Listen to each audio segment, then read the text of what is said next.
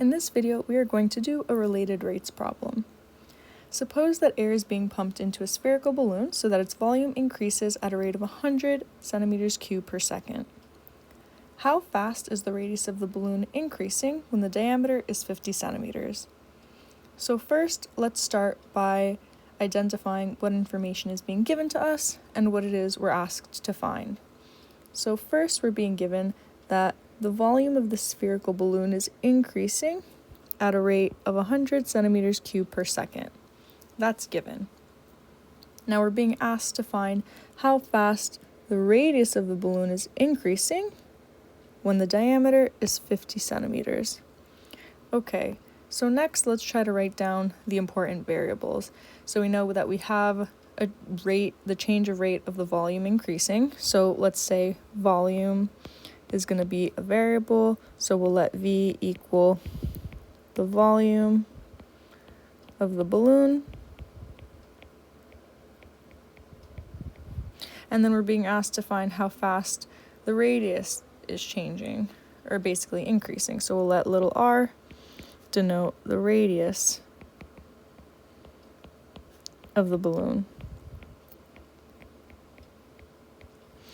So now let's try to express the information we're being given and asked for in terms of these variables. So the key thing to remember is that rates of change are derivative. So in this example, both the volume and radius are functions of the time.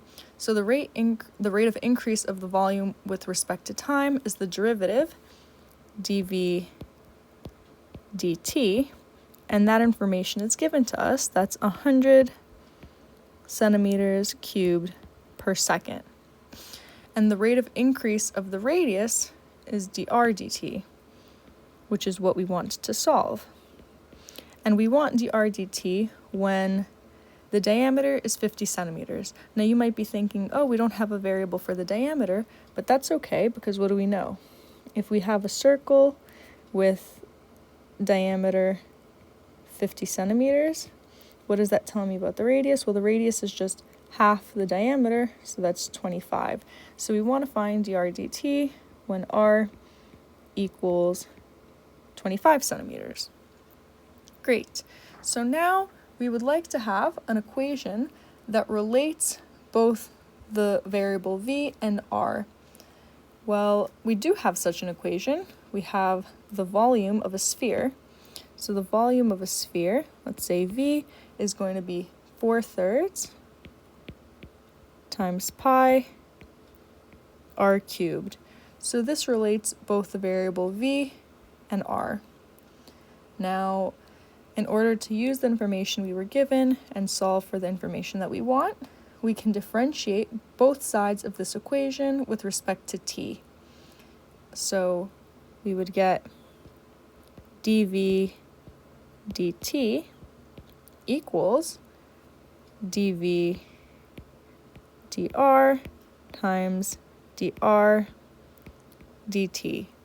So basically, we need to use the chain rule.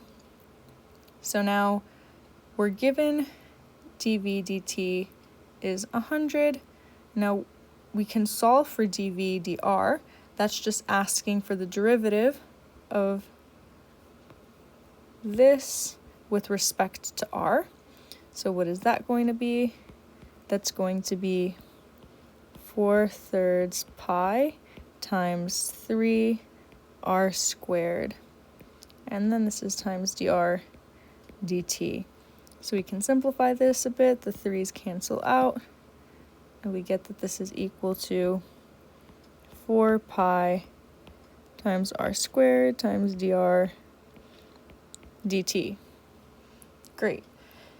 And we know that dv dt is 100, so I can plug that in, and we want to find dr dt when r equals 25. So I can start by dividing both sides by 4 pi over r squared, and I also want to plug in 25 for r. So this will become 100 divided by 4 pi r squared, where r is 25, equals dr dt, 1r is 25. So what is that? This is going to be 1 over 25 pi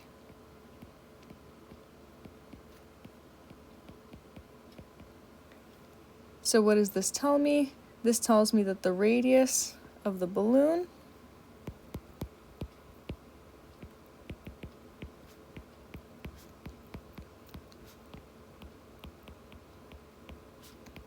is increasing